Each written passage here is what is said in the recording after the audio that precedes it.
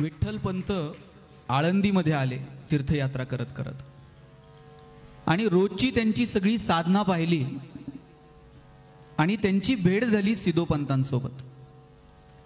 सिद्धोपंतांनी पाहिलं की तरुण मुलगा आहे, रोज इथे सिद्धबेटावरती पाहायला मिळतो, सिद्धेश्वराच्या मंदिरामध्ये दर्शनाला असतो.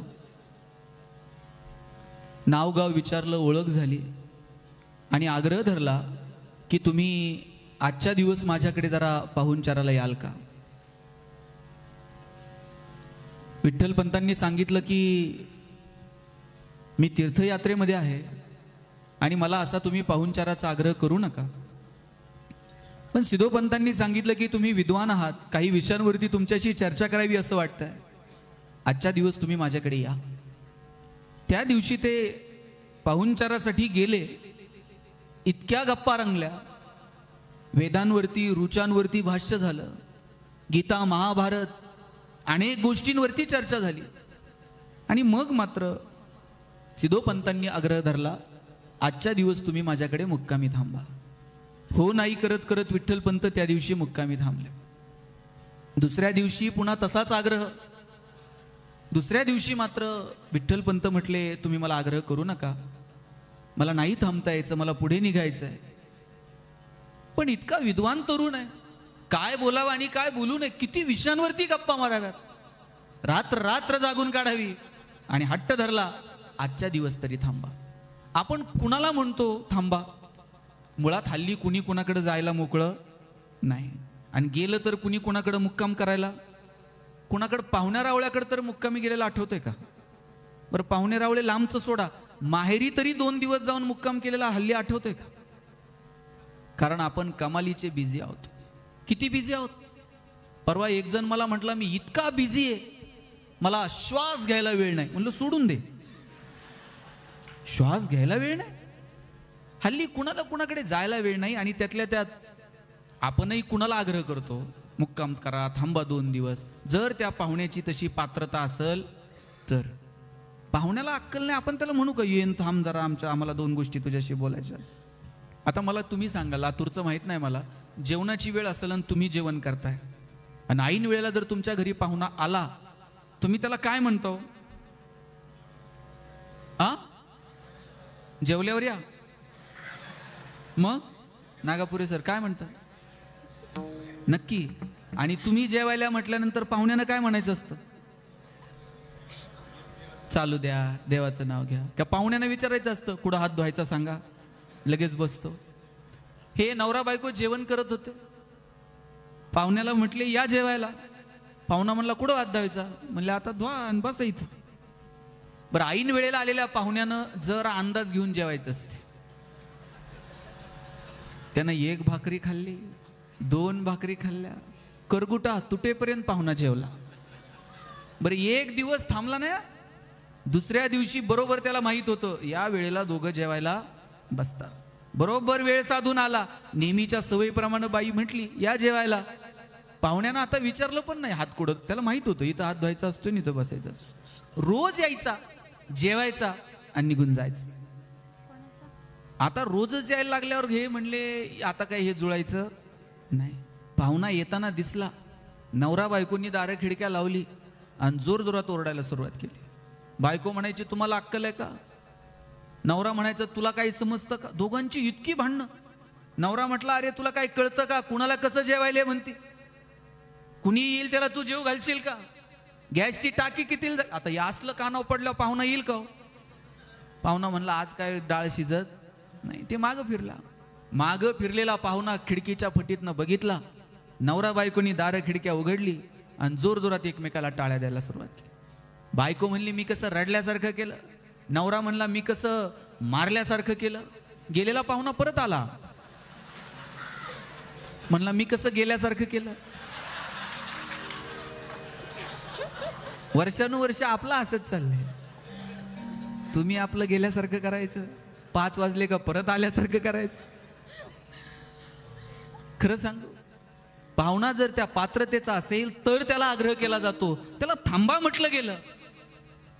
आणि 2-3 दिवस तिथे थांबल्यानंतर मग मात्र सिद्धोपंतांनी हट्ट धरला, विठ्ठलपंत मला साक्षात्कार झालाय आणि मला असं वाटतं की माझी मुलगी रुक्मिणी हिच्यासोबत तुम्ही विवाह करावा.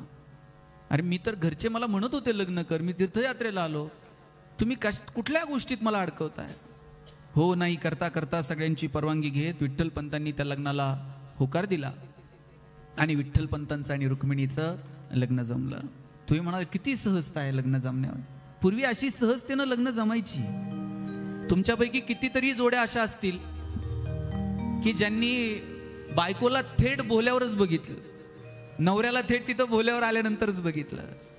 म्हणजे कितीतरी जण असे असतील की जे मुलगी पाहायला पण गेले नाही, घरच्यांनी सांगितलं इथे इथं जमलंय बरं का. सहजतेनं लग्न जमत होती. आता इकडं माहित नाही लातूरला, तुम्ही पुण्यात येऊन बघा साहेब, लग्न जमलं साखरपुड्याचे फ्लेक्स लागतात. एकीकडे नवऱ्याचा फोटो, एकीकडे नवरीचा फोटो.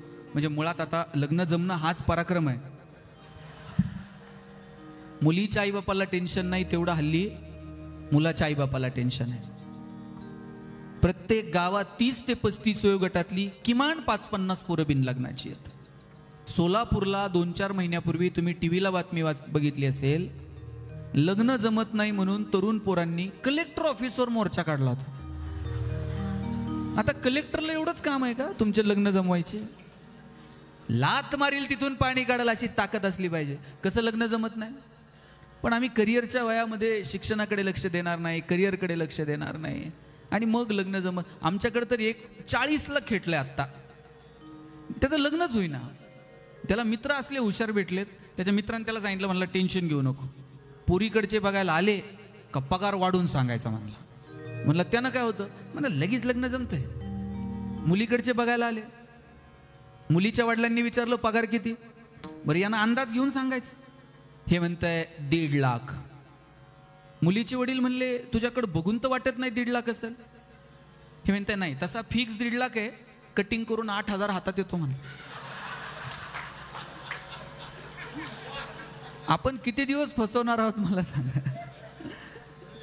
का आपण करिअरकडे लक्ष द्यायचं? माझी सगळ्या तरुण पोरांना विनंती, आणि तुम्ही सुद्धा आत्तापासून पोरांना सांगा, करिअरकडे लक्ष द्या. आज तुम्ही कोणतेही निकाल बघा, मुली पुढे आहेत.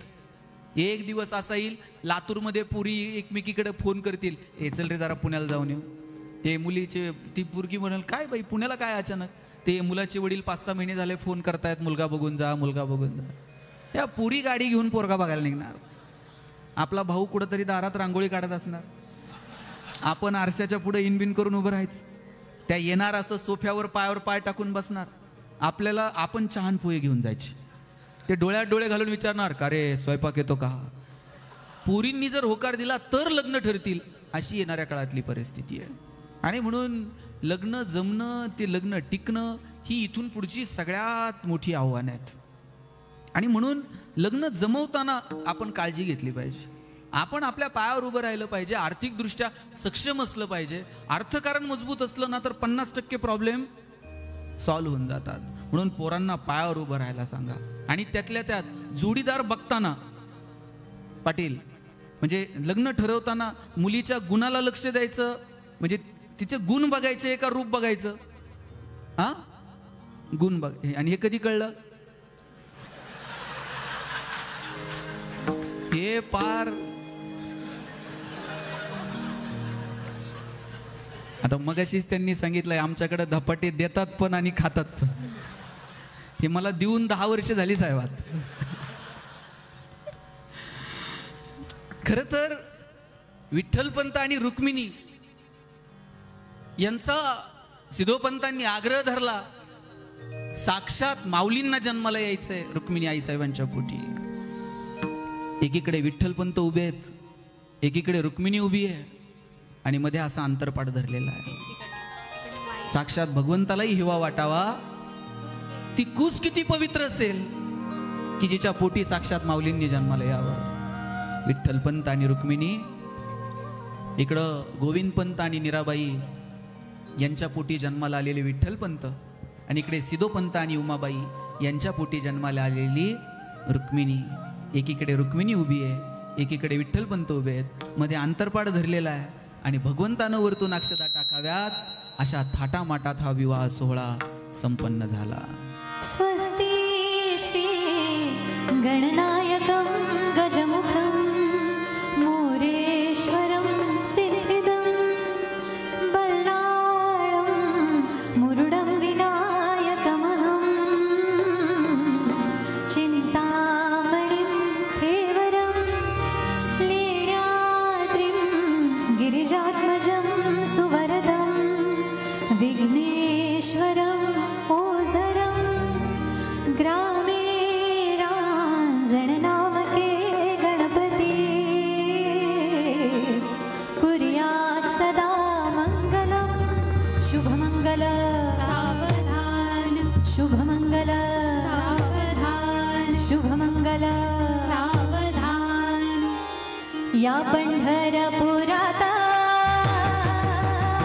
या पंढरपुरात काय वाजत गाजत काय वाजत गाजत सोन्याचं बाशिंग लगीन देवाचं लागत सोन्याचं बाशिंग लगीन देवाचं लागत या पंढरपुरात काय वाजत गाजत काय वाजत गाजत सोन्याचं बाशिंग लगीन देवाचं लागत सोन्याचं बाशिंग लगीन देवाचं लागत.